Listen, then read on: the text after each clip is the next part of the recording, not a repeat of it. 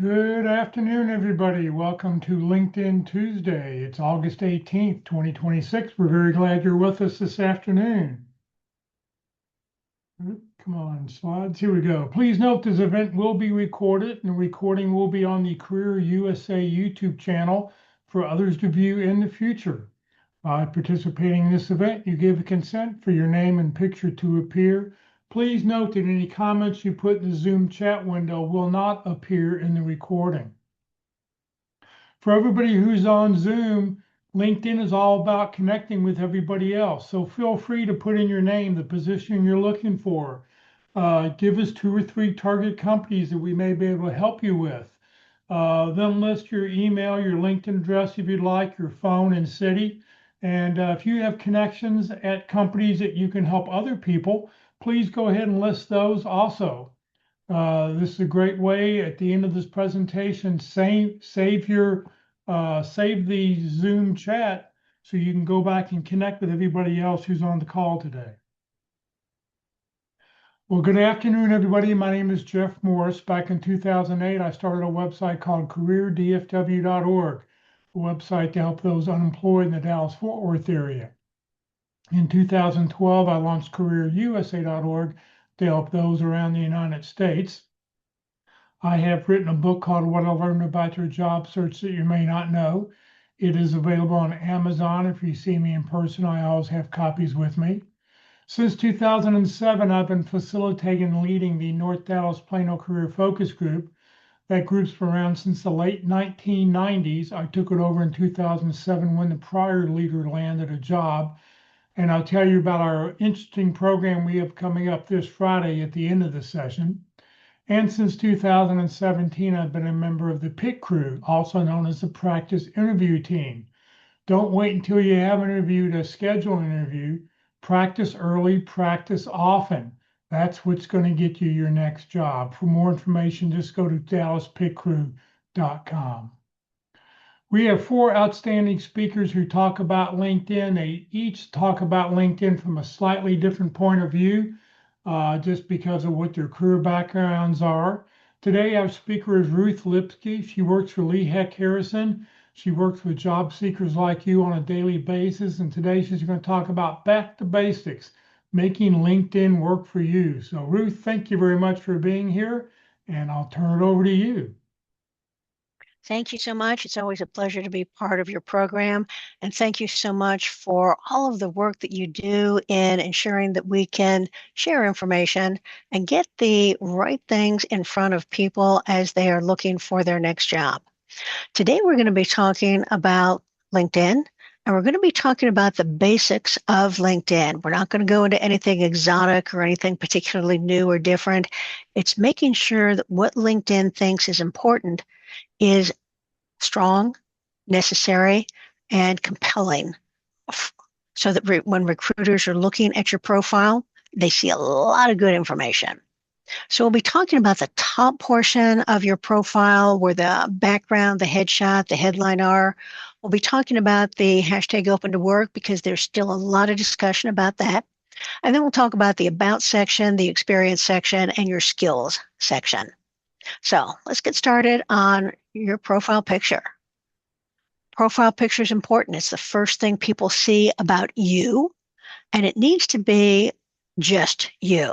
Doesn't need to be your dog, doesn't need to be a friend's arm around your shoulder. It should just be you alone, looking at the camera. Smiling is nice. It's not necessary, but it does add the ability to get along when you're smiling. Don't tilt your head. We're seeing a lot of this, particularly amongst the women, where it's more of a feminine pose to tilt the head. But in actuality, in a business situation, a tilted head sometimes means submission, and you don't want that. So keep your head straight and up. Clothes that you should wear are the clothes that you would wear on the job. Don't need a suit and tie anymore. You don't need anything particularly formal.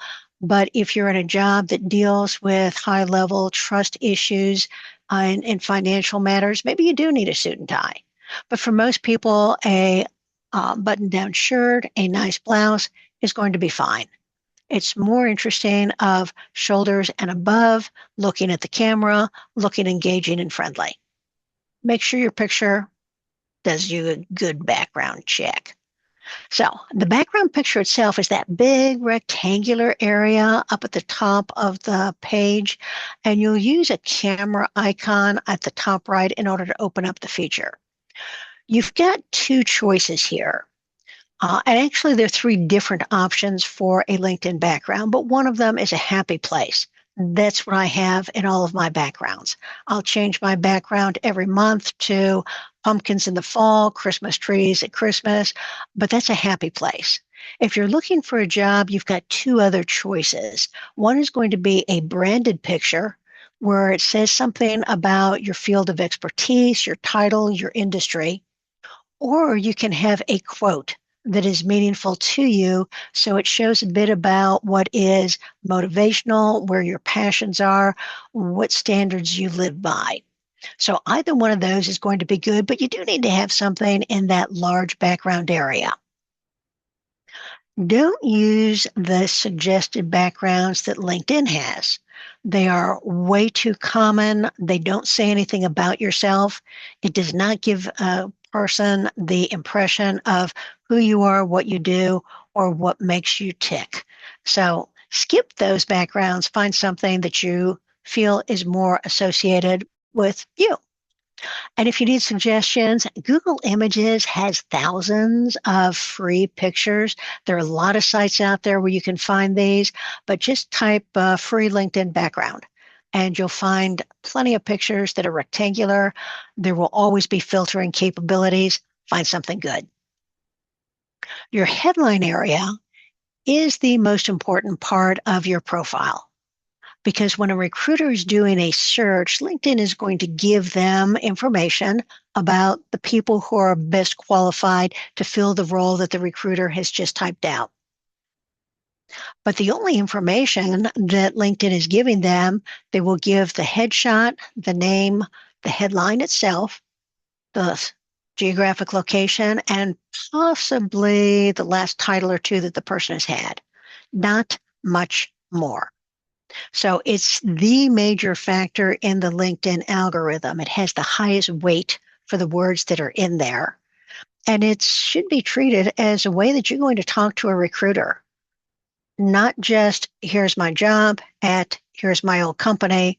It's got to be something that is going to intrigue the recruiter and make them feel as if there's more to you and that you've got skills that are capable of being looked at more closely. It does have a limit, 220 characters. It's not a heck of a lot of room in order to describe who you are, but it is enough to put in a lot of keywords. So you should put in a title or two, something about your personal brand, your expertise, your value proposition that is going to make you different from your competition that is out there. And please don't use special characters or emojis anywhere in your LinkedIn profile. It distorts the LinkedIn search.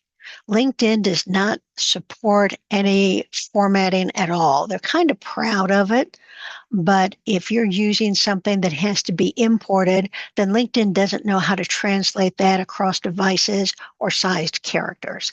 So the special characters, the emojis, are not pure. They don't necessarily translate into another format. And you want to keep things just as straightforward as possible in all parts of your LinkedIn profile.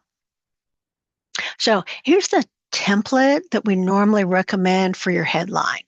It's going to be a title, maybe a secondary title, and then some of the skills that are associated with competency or success in that area.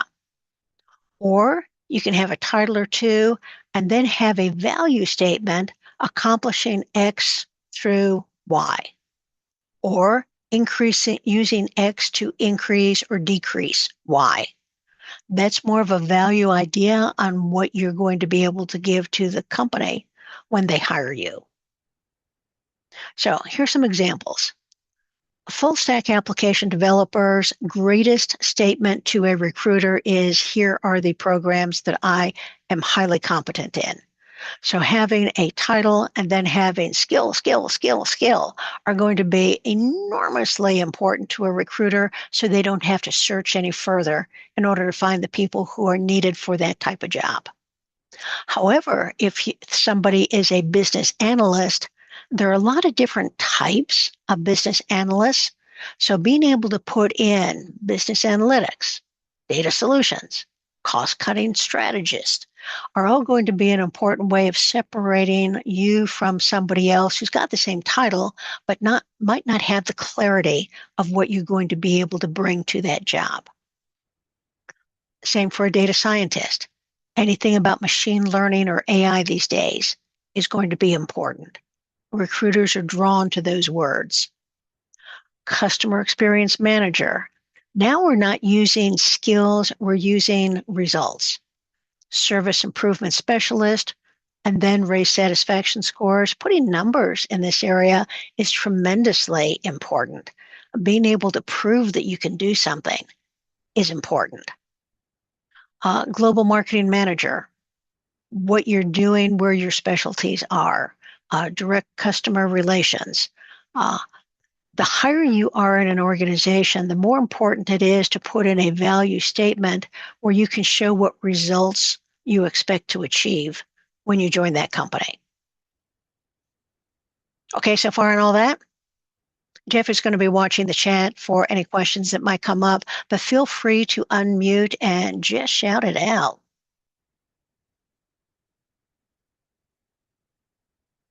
Okay, hashtag open to work. It is the #1 recruiter filter.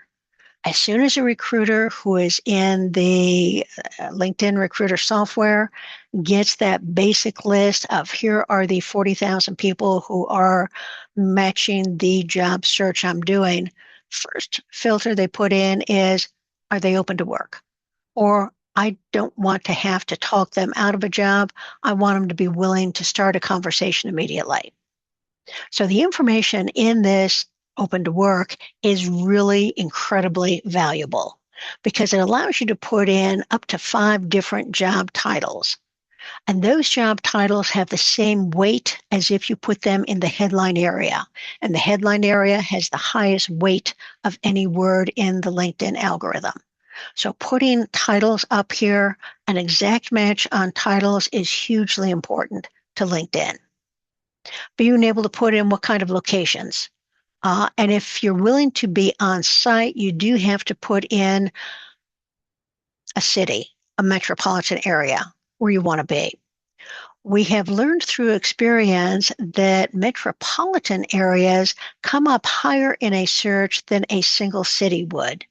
So whenever possible on your LinkedIn profile itself for the geographic area or in this hashtag open to work area, put in a metropolitan area. It seems to do better in the algorithm. We're not sure why that happens, but we know that's the way it works. If you're saying that you're willing to work remote, put it as a broad area as United States, because you don't care where the home company is, where the rest of the organization is sitting. Generally, you want it in the United States so that you've got a better chance of being part of their search and getting into the group that is most closely related to what they want.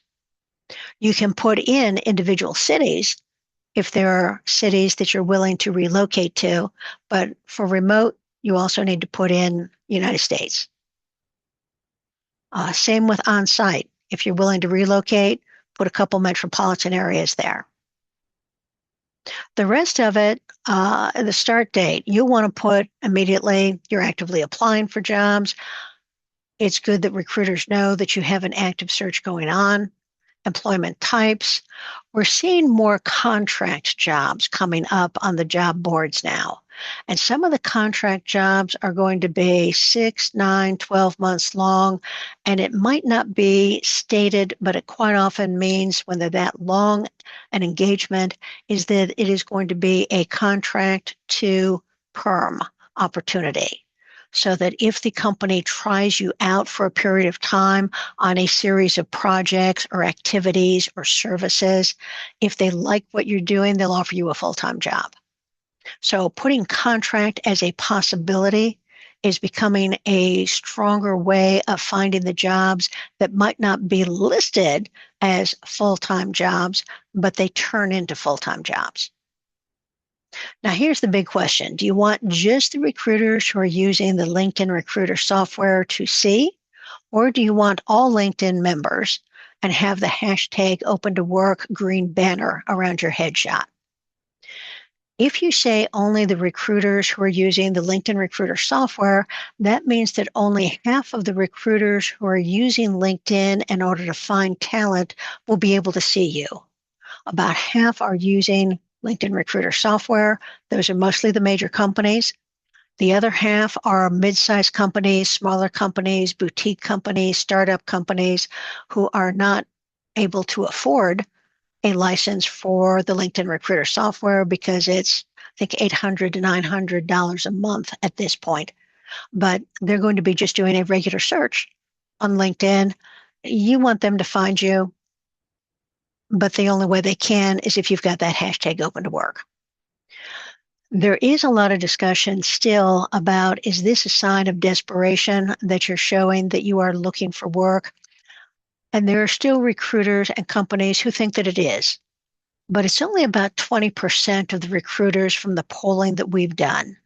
And most of these recruiters are the older people who have gone through the layoffs where the poor performers were the ones who were laid off. Recruiters in the last 15 to 20 years have seen that it's not the poor performer who gets laid off anymore. It's the result of a merger. It's the result of restructuring. It's the result of a financial reconsideration of what the organization needs to do to get to the core business. There are tremendously talented people who have been let go by a company, not because they're not a good performer, it's because they were in the wrong place at the wrong time. So unless you are at a very high executive level, we generally recommend that you have the hashtag open to work so that you're visible to more of the recruiters. Questions on any of that? Yes, I have a question. Mm-hmm. I am wondering on the recruiter package, is there any benefit to an employee who is searching or any strategy to use that?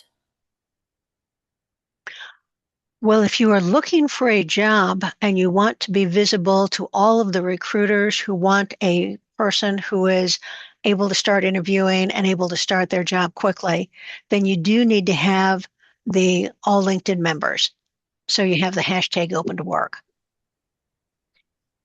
If you feel that there could be some negatives associated with that, if you are in a very high level in an organization and you don't want the public to see that you are looking to work for fear of the damage to the company's reputation or a concern amongst stockholders, then you might want to use the recruiters only. But it does limit you tremendously as to your visibility. Not quite what I was asking. Those questions are answered. I'm looking more to if you are an employee looking for work, would it in any way benefit you to have the recruiter package? Is there any sort of a strategy around that? Well, if you're already employed and you're looking for a job, then you don't want your home office to see that you're looking. So I probably would not have it available to all LinkedIn members. I would just put recruiters only. Well, But define what you mean. I I think what think she's she's asking asking about, is it worth buying the recruiting right, package as a job seeker? No, right.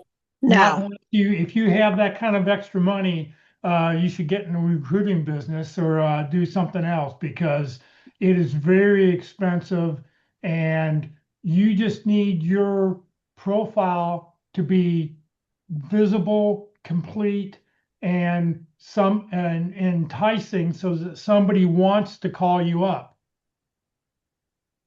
You want to be found. Having the recruiting package isn't not going to help it. Okay. Yeah, I was just wondering if there was any sort of strategy around that. Like, would you would you have access to like a set of just recruiters so you could maybe start building relationships, anything like that? No? Okay. No. All right. No, Thank companies do not share that information. But that's a good question, because knowing what that recruiter software looks like and what they're measuring is a good thing to know. And if you go out onto YouTube and put in how to use LinkedIn recruiter software, you'll be able to see the screens that they use, and you'll recognize that every feature of LinkedIn can be part of their search. So, as Jeff said, make your LinkedIn profile as strong as possible, and the reward will be there. That was a great question. Thank you.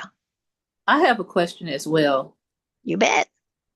Yes, ma'am. So you keep saying hashtag open to work. Are you talking about down here with visibility to make it open to all LinkedIn members so all employers can see you, whether they're a major company or they're a medium-sized company? Can you explain that to me?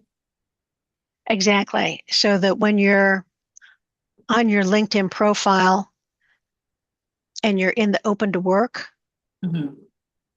and it might be easier when we see it in this way, and we're taking a look, so we want everybody on LinkedIn to see it.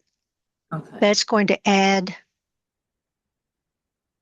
the hashtag open to work here. Okay. And that makes you really visible. Oh, okay. I see what you're saying. Okay. Thank you. Thank you so much. And if you opt not to, that's okay too. But you're limiting the number of people, recruiters, who are going to be able to see you.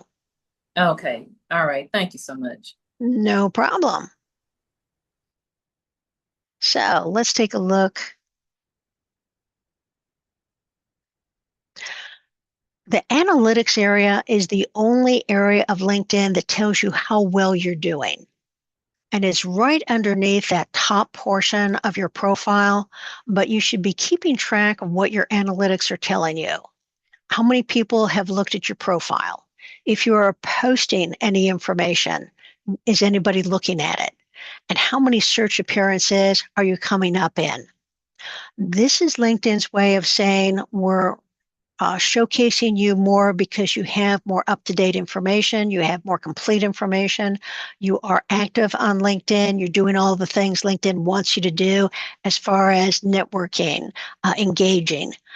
So if you're doing activity on LinkedIn, this is where it shows that you're doing a good job.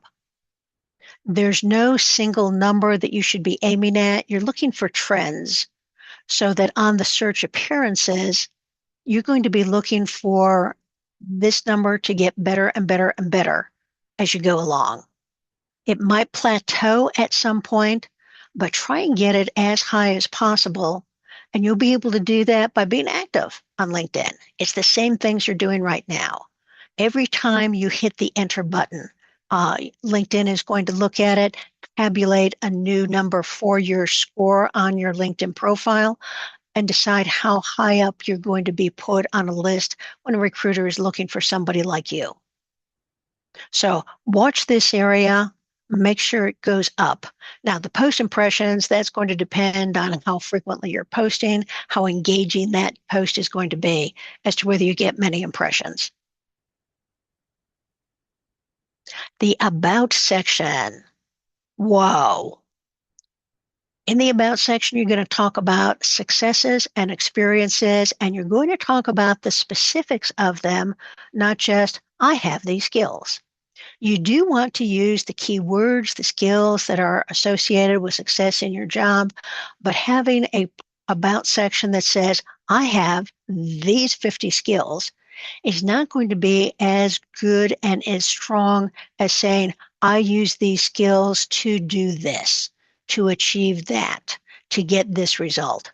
Putting your skills in a statement of this is what I've done is going to be much stronger than just having those words there. And that's a change to the LinkedIn profile that's only happened in about the last 6 months. Prior to that, LinkedIn was looking simply for, did you put this keyword? Did you put this skill into your About section? If so, it is a stronger skill because it shows that you've used it. Well, LinkedIn doesn't believe that quite as much anymore. They want to see it in a sentence as to how you've used it. The first 4 lines of the About section need to grab the attention of the person who's reading your profile, because anybody who comes onto your profile can see the first 4 lines, but they can't see anything else until they hit that See More button. So the first 4 lines have got to be pretty compelling, pretty interesting. And make sure you keep an eye on the readability factor. You don't want any of your paragraphs to be more than 4 lines deep on a computer screen, because as soon as they get 5 lines deep, it becomes a wall of words. It's too dense to read and skim, and people skip it. So keep your paragraph short, and it's not unusual these days to see both About sections and your posts, if you are sending out information in a post or in a comment, to have each paragraph to be 1 sentence long, so it's spread out quite a bit more. So the template, begin with a hook. Make yourself interesting with this type of statement. Discuss your current role, discuss your key skills, and make sure that these are the skills that are important for a recruiter to be looking at for that next job that you want. You can talk about achievements using numbers or metrics. Always important to have how big an effort it was, how many people were involved, dollar values, increases, decrease percentages. But the non-quantifiable stuff can be good too. Don't leave things out simply because you don't have a number associated with it. Because for an awful lot of jobs, not everything you do can have numbers. So those non-quantifiables are good too. Highlight the value you bring. You can say you use all these skills, but until you say that this is what resulted from my use of these skills, it's kind of just hanging out there as here's a skill. But if you use that skill in order to achieve something, that's a stronger statement. And you can always mention something about your hobbies, your personal interests. It's got to be at the end of the About section. It needs to be something very short, but being able to put something personal there now changes you from another project manager to now the project manager who likes Buc-ee's. So, non-quantifiable.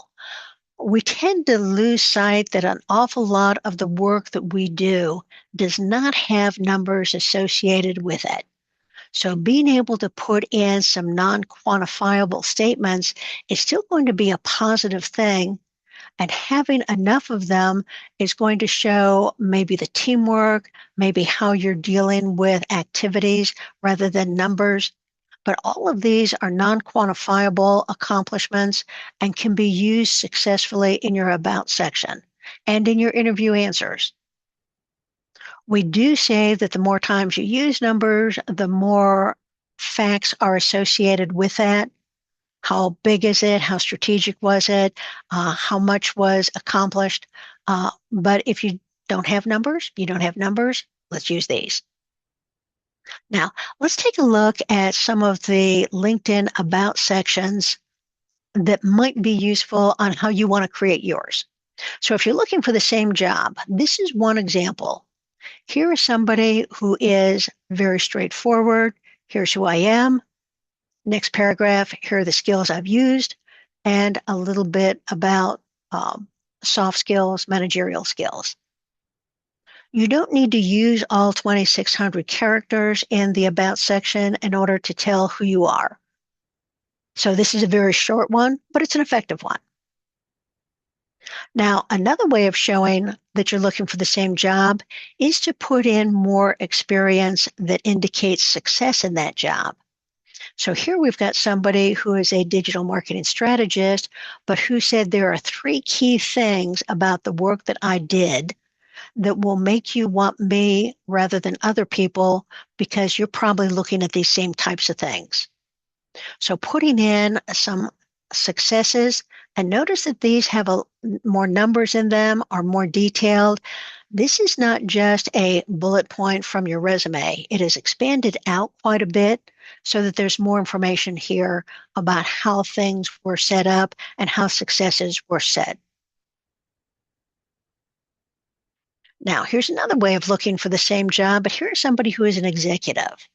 Executives have a little bit different profile because quite often they're under a non-disclosure agreement and they don't want to use too many numbers that could impact the reputation of the company they just came from.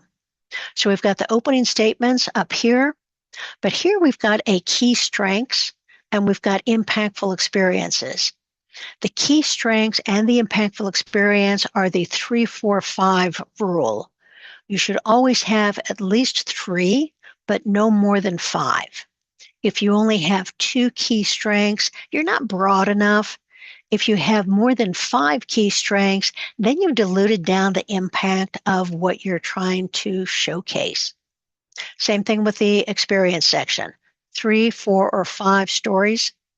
In this case, this executive did not put in a lot of numbers, percentages, dollars, timelines, because they were right off of a non-compete and a non-disclosure and didn't feel comfortable putting that in. It would be stronger if you had numbers. But notice that there are 4 stories here, and the person put in a statement of, this is what I'm talking about, and here's the story behind it. So being able to identify not just the stories of what you want them to know, and those are all from your resume normally, those bullet points are available to you. Pull them out, put them up here, say these are the greatest accomplishments I have. Now, are they also going to stay in your experience section? Oh yeah. Remember that LinkedIn is looking for the number of times you say you've used this skill or you have this skill.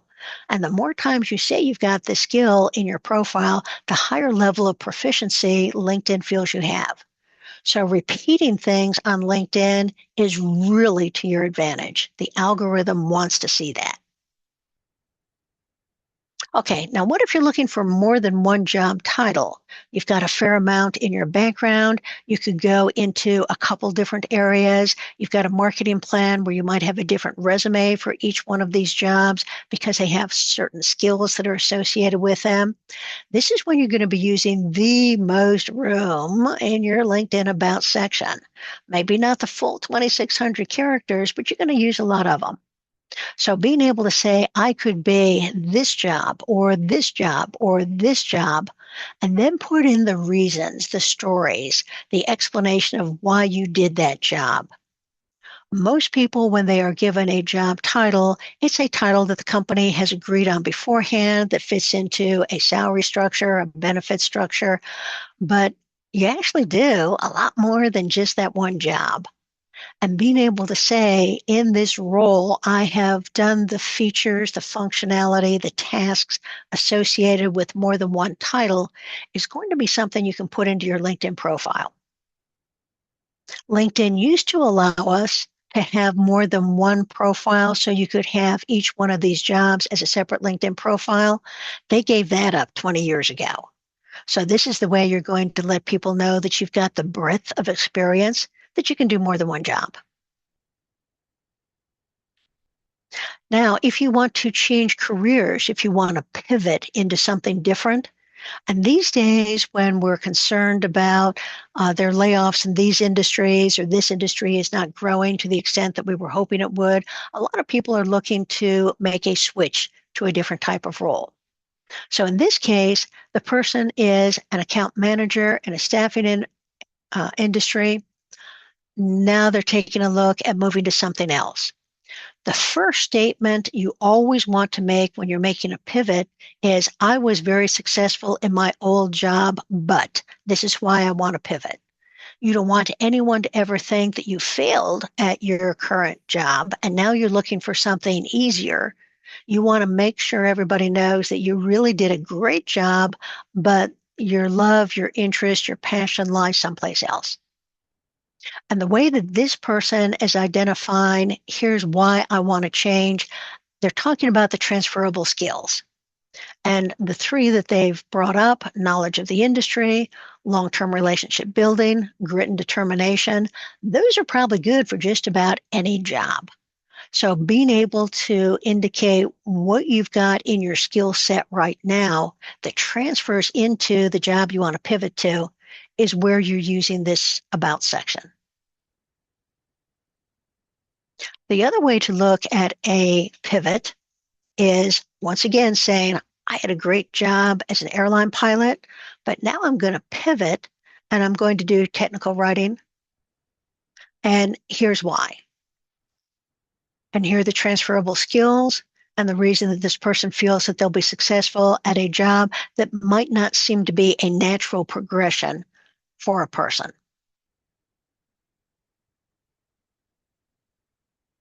Everybody okay on all those? Can I add one thing? Sure. As you see at the bottom of this about section, see the person has, feel free to contact me on LinkedIn.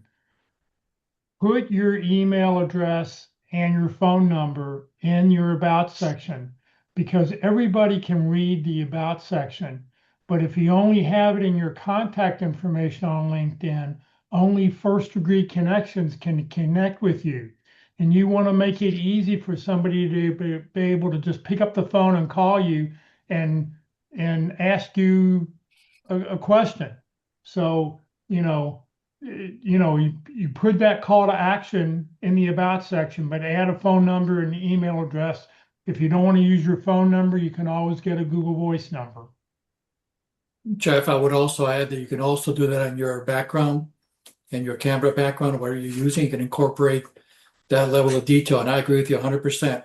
You need to be able to be found, and then somebody's got to be able to get a hold of you. Excellent suggestion.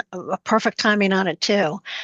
Recruiters don't like to stay on LinkedIn and message you back and forth. They have a limited number of messages that they can use, and they don't want to use them on you if they can bring you off LinkedIn in order to have conversations. If somebody recommends that you go off LinkedIn in order to continue a conversation, make sure that that recruiter or that manager is using their company email. If they're using a gmail.com or yahoo.com, it's a sign that sometimes that's somebody who is trying to scam you. Make sure all your conversations are with a company email. Okay, experience. Your resume has most of the information that you're going to put into experience. The more words you have in LinkedIn, the better LinkedIn is able to evaluate who you are, what your skills are, what you've done, and how closely you match to what that recruiter is asking for. So more information and experience, and take everything you've got in your resume and move that in.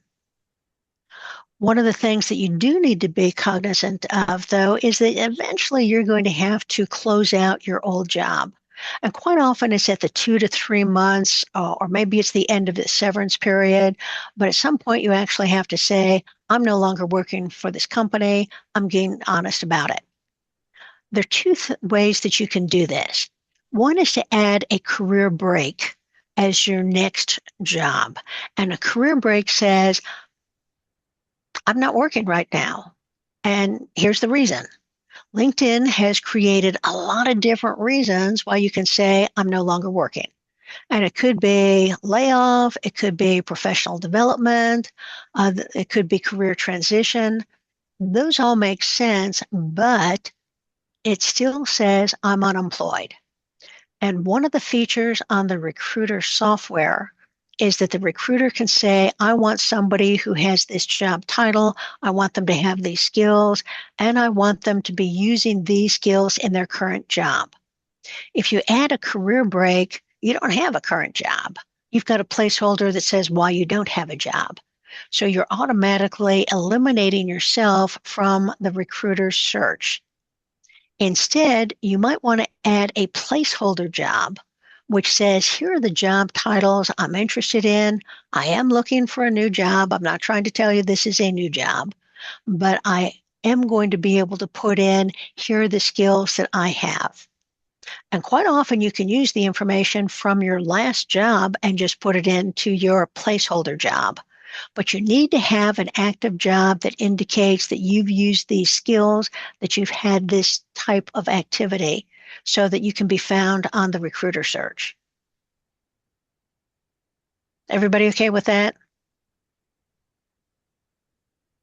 So I have a question. So, ma'am, you're saying instead of going in here adding a career break, just put a placeholder job with just the types of jobs that you're looking for along with the skills that you have. Is that what you're saying? Exactly. So if I'm going to be changing and saying that I am no longer working at this job, I am going to add another job, and LinkedIn gives me two options. The career break has some great information in there, but it still says I'm unemployed and recruiters can't find you. But if you use this, I'm adding another role, then you can put in the information that says, here are all of the titles that I'm looking for. And in the highlights area, you can put in the information from a previous job, all of the different skills that you used, so that when a recruiter is saying, I want somebody who has used Java, Scrum, Python in their most recent job because I want somebody with current skills, uh, give it to them in the highlights section. You've got 2,000 characters here. It's a lot of space to put in all of the recent information about what skills you bring to a new company. The key is going to be that you're going to want to put in a title or an employment type in your organization. You don't have an organization because you're really not working for a company. You're looking for a job. But if you wanted to put in something that says open to work, there are a lot of people who have created companies that are just open to work.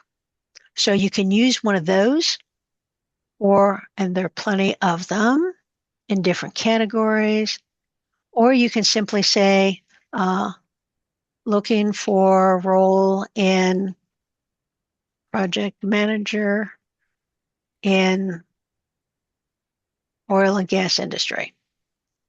It gives you a lot of space in that organization, but putting in something there that says, this is a placeholder job. I want to let you know that I still have these skills. I'm still capable of doing this type of role. But when I'm adding this placeholder, I want to make sure you know that I'm not faking a new job. I am really just saying I have these skills. And I still have these skills. But that keeps you up to date whenever the recruiters are doing a search. Okay. Titles are going to be a big part of how LinkedIn is connecting you to the recruiter. An exact title or a title that is very close to what they're looking for is going to give you additional points and bring you up higher in the recruiter search. But your actual title might not reflect what your job responsibilities were or what you actually did in that role. Companies have a limited number of titles that they want to juggle because they have to have a salary band for each one. There's just a lot that goes into titles in a company. So they're going to give you a title, but that might not be what you actually did. In which case, you're going to want to translate your title into something that is similar to it, so the recruiters are going to be able to see who you are. And here on my experience section is an example. I work for Lee Hecht Harrison. They call me a career consultant. But in the industry, I'm also known as a career coach and sometimes as a career counselor. I put all three of them up with a pipe separating them to say, also known as. Here's another way of saying this title. So if you have a title that does not translate into something that other industries would recognize, go ahead and explain it. Recruiters are going to be happy to see this. Hiring managers are going to be happy to see that you've translated what the company gave you into a term and a title that they understand. The other thing that you can do, though, is that you can say what other title you were.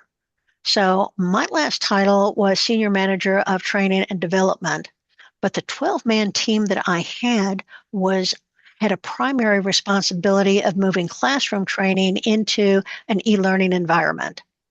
And during that time, I became really good as an instructional designer or as an e-learning developer.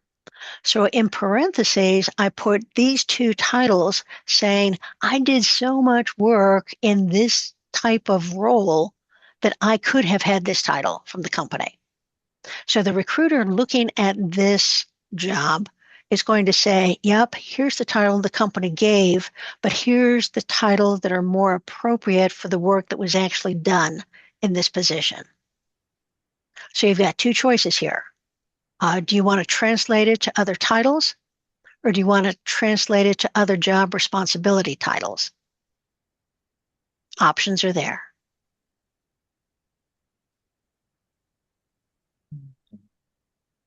Okay. Education.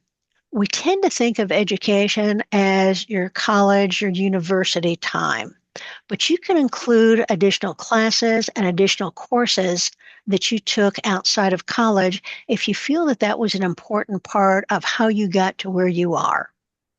So education, you can expand out, and you can use the courses section to put in additional information. And let me go back to mine and show you that one. So education, yep, well and good. But in courses, I put in every course I have to take as part of my job. And it's going to be things that you probably took these courses too. Every company has it. Okay. But by adding these into your LinkedIn profile, it tells a company that you recognize the importance of it, and you recognize that you're going to be taking these again, and that you learned something from them. So this is a searchable area on LinkedIn. These are things that LinkedIn is looking for to find out a little bit more about you and how you view your job. So put in more in education, put more in courses, and it's going to give you an advantage over the people who are looking at simply, here's what I did. Skills. Did you know that LinkedIn identified 3,600 skills? It also identifies 6,000 titles. So when you're in the skills section, you should be finding the skills that are most closely associated with the job that you did and the job that you want in the future. LinkedIn allows you to have up to 100 of them. Try not to go that high. It looks as if you're keyword stuffing. If you have that many, generally 50 are enough to be able to showcase who you are. If you're a manager, or if you're in a matrix organization where you have managerial experience of people who you don't have as direct reports, then you also need to have some managerial skills, building relationships, delegation, coaching and mentoring. Those are things that are expected of people who have responsibility for people. You can add the skills in to your experience section to show your most recent competency. So LinkedIn has recently opened up each one of your jobs and experience to say, what skills did you use in this role? Put in technical skills first, the softer managerial skills later. 8 to 10 seems to be sufficient. If you have 20 there, then once again, it looks like you're keyword stuffing and you've diluted the impact of all of the other skills that you have on there. But do put some skills there, particularly if they're a technical need that is important for success in that job. And know on the skill section that the LinkedIn algorithm feels that the more endorsements you have, the higher level of proficiency you have. Now, recruiters don't feel that way. Recruiters, when they see a lot of endorsements, can be suspicious, and they can think that you just have a good social network that brought in a lot of endorsements, but it might not necessarily mean that you're really proficient at this. But in general, the LinkedIn algorithm is going to say, or people who say that you've got that skill, the more believable that is. So ask for endorsements. They're an easy thing for somebody to come onto your section and look at. Now, the skills order can be changed. I hope everybody's comfortable with that. It's not obvious, but when you have all of your skills open, the three dots on LinkedIn always means more information is found here. And then you're going to go into the reorder section. You are going to use the parallel lines to grab and move all of your skills. And you're going to want to reorder your skills so that the top ones are going to be viewable when somebody just opens up your profile and they don't have to scroll down to find out that you had something amazing in your skill set, but it's so far down that nobody's going to find it easily. So reorder your skills, put the top ones at the top. Now, LinkedIn used to push being an all-star quite a bit, and it's still important to LinkedIn, but it's not as important as it used to be. They're not pushing it quite as much. But the all-star designation means you have to have a photo of yourself, a headshot, that you have to have a location, you have to have an industry. Now, you cannot change your industry right now, and it is hidden underneath you have to go into the edit section of the top portion. So your industry has been set by LinkedIn for the industry that you were in most recently. At some point, they say they're going to open that up again, but they have not. The About section has to have at least 40 words to count as having a full section. You need to have a current position, you need to have an education section, and you need to have at least 5 skills.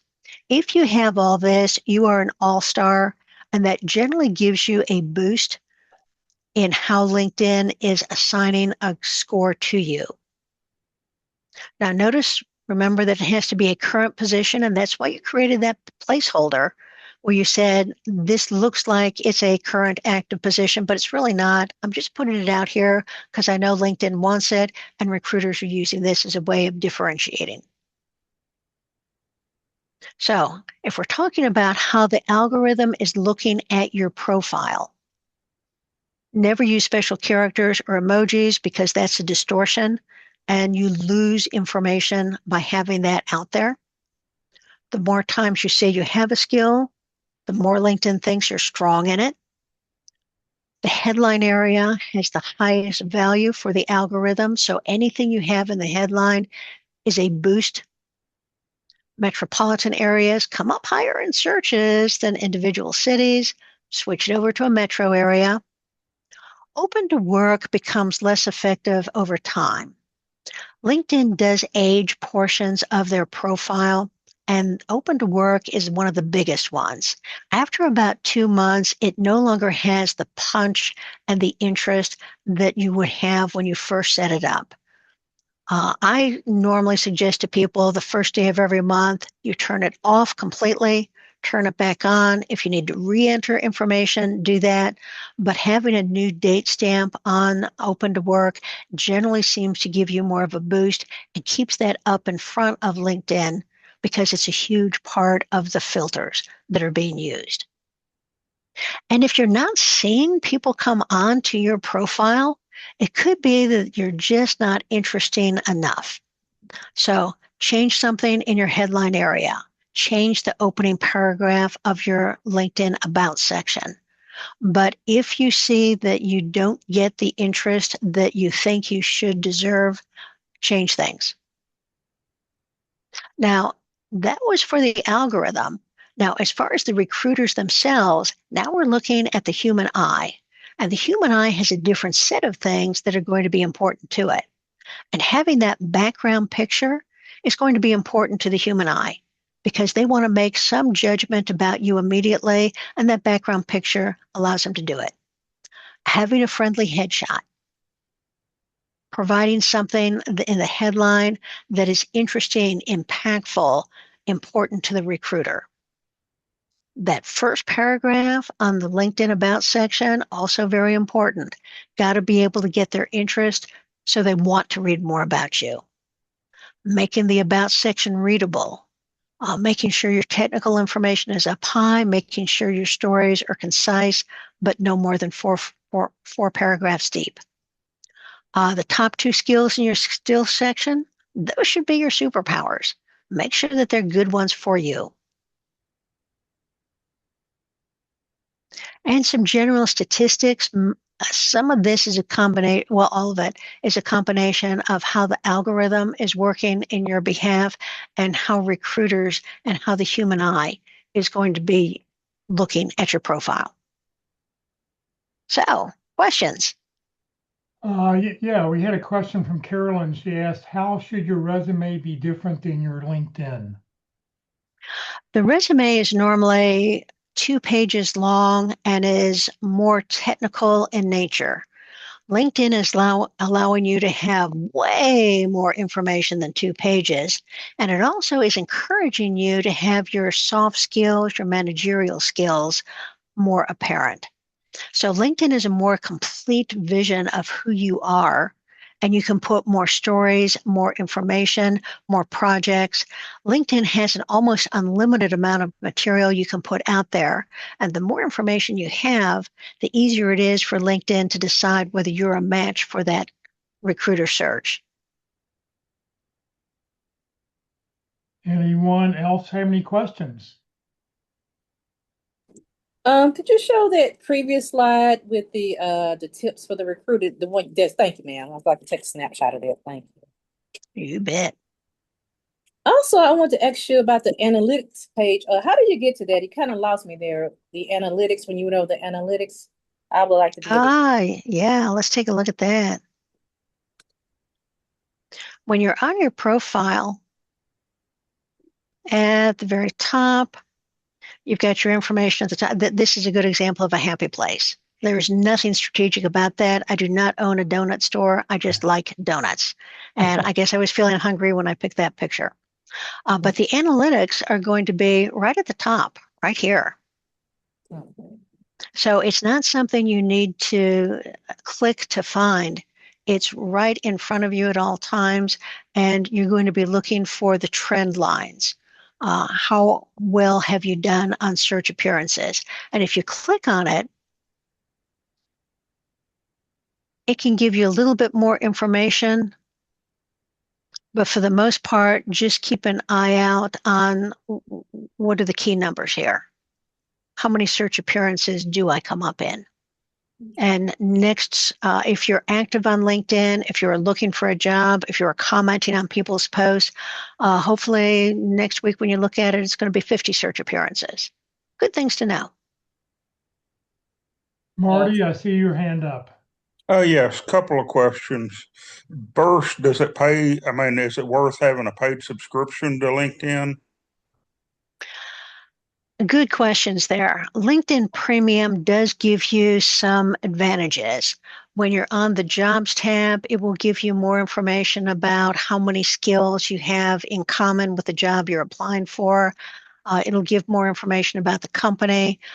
It will give you a bit of a boost in the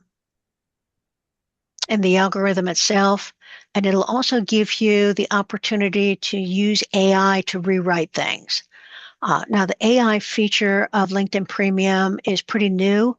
It has not been reviewed very successfully. A lot of people don't like it at all and think that Claude or ChatGPT or Copilot does a better job of that.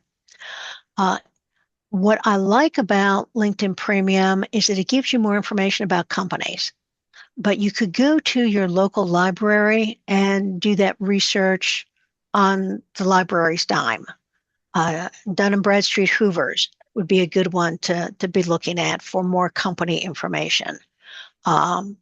If you were looking at the top 100 companies to work for in your metropolitan area because you want something that has a better culture or better work-life balance, you can't do that on your computer because the top 100 companies group will say, here's what the questions were, and here's how we weighted them. And then when you get to the point where they say, and here are the companies, they're going to say, it's behind a paywall. You need to subscribe to our news center, our journal in order to see this. But the public library subscribes to everything. So every once in a while, go to the public library and do some research that way. I have not seen that LinkedIn Premium gives you the boost for the pay that's asking for. But Jeff, Okay. Pete, what do you guys say? Well, I've heard that Really, even the job seeker version, the first level up isn't quite enough because it doesn't give you enough InMails or enough searches that you can complete. Next week, Terry Sullivan's going to talk about the second level up, which I think is like 50 or 60 bucks a month. If you want to be able to really search for a lot of companies. And for a couple months, that's probably worth it to build up a database. But then after that, pull back and not spend as much money. I mean, Microsoft is not very good about giving away free things, and they've really pulled back over the years the number of things that are free on LinkedIn. agreed. I And then usually tell people take the 30 days free, evaluate it yourself. When I was searching, I was a geek. I wanted to see the stats behind it and all that. Now, of course, it's been put on steroids because of AI and all that. But I mean, play with it yourself. I will tell you, I've never ever met a recruiter who told me they chose option A over option B because option A had premium and option B didn't. So it's purely a personal thing. Do you want to see who's looked at your profile? Do you want to see things like that? Then yeah, the premium will provide that. But I'd say play around with it for that month and see what you think. And of course, what your budget is, if you think it's worth it or not. okay. Other question is I'm currently upskilling, taking classes on Coursera. I know I just have those listed under the courses or whatever. And then I would assume as I complete them, I just pull those skills up into the top portion as well. If Is it's an that important, yeah, if it's an important area, then you can put it in your about section. Uh, Being honest about a Coursera certification in progress, but putting it higher up then is going to be beneficial for you if you think it's something that's going to be important in a decision. okay? Thank you. All right, there was another question. Do I need to be posting to LinkedIn, making relevant posts to my interest and my role? It's always good to be active by posting, by providing where you are, what you're doing on a regular basis. LinkedIn really likes it when you are engaging, starting conversations. But also key is going to be um, making comments. And when you make comments on someone's profile, you're going to skip all of these horrible likes. I mean, this is Facebook-ish, and everybody's saying that they should get rid of this, but they haven't. You should always comment. And in a comment section, you'll get a huge boost if you have 12 words or more. If it's just thank you for sharing, you get points for commenting. But if it's thank you for sharing, I also found that to be true in this circumstances. I'm glad you're bringing this to everybody's notice. That's more of a conversation. That's more of engagement. So LinkedIn is rewarding you for both posting and for commenting, but some people find it easier to comment on other people's posts than it is to start new information about themselves. Be careful about the posts that you have, that you keep the tone professional. We're seeing a lot more people posting about how difficult it is to find a job, and their tone is whiny and entitled. And that's not going to do you any favors.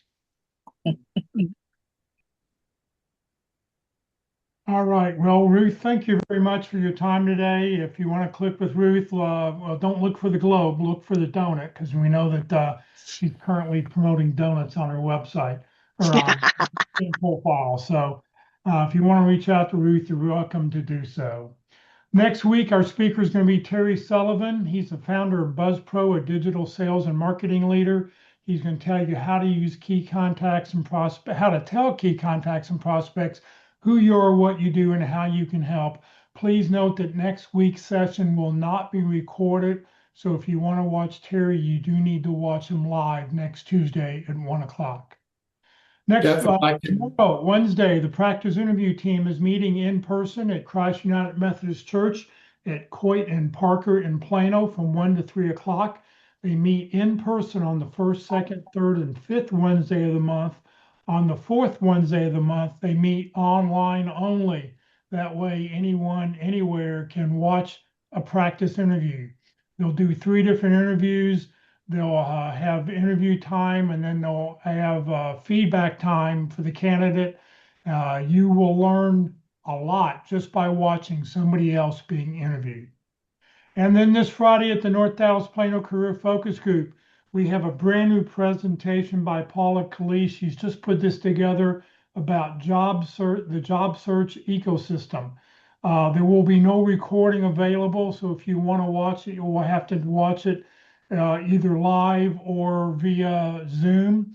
And we've been notified that supposedly the main doors are going to be closed off this Friday. So watch for special instructions on what door to enter so you can get in. But we meet in the same room upstairs as the PIC crew does on Wednesdays.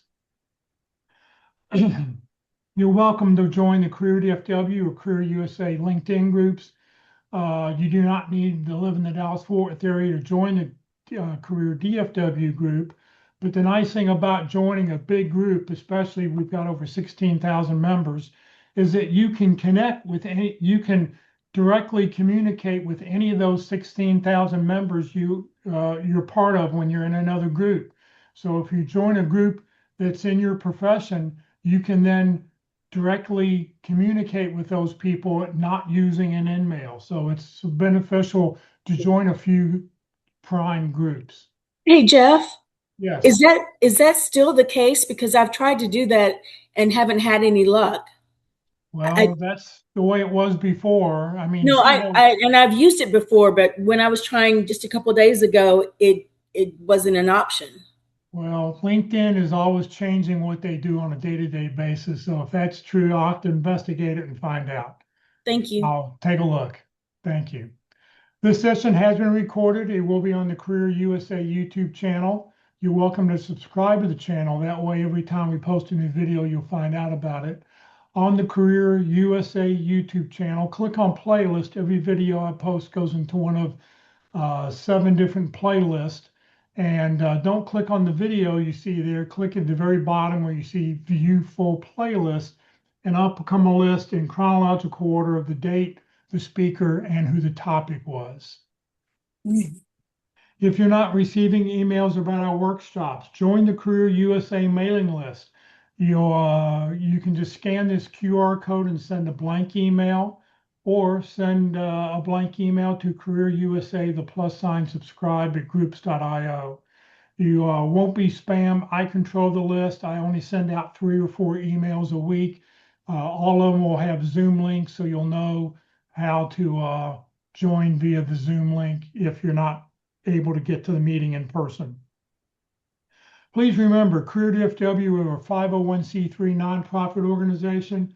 Ruth is a volunteer. I'm a volunteer. Everything I've done over the last 17 years has just been to help you land your next great opportunity. So thank you very much for joining us today. Ruth, once again, thank you very much. Pete, thank you for joining us. And for everybody else, we hope to see you later in the week. Thanks, Ruth. Thanks, Jeff. Thank you. Thank you.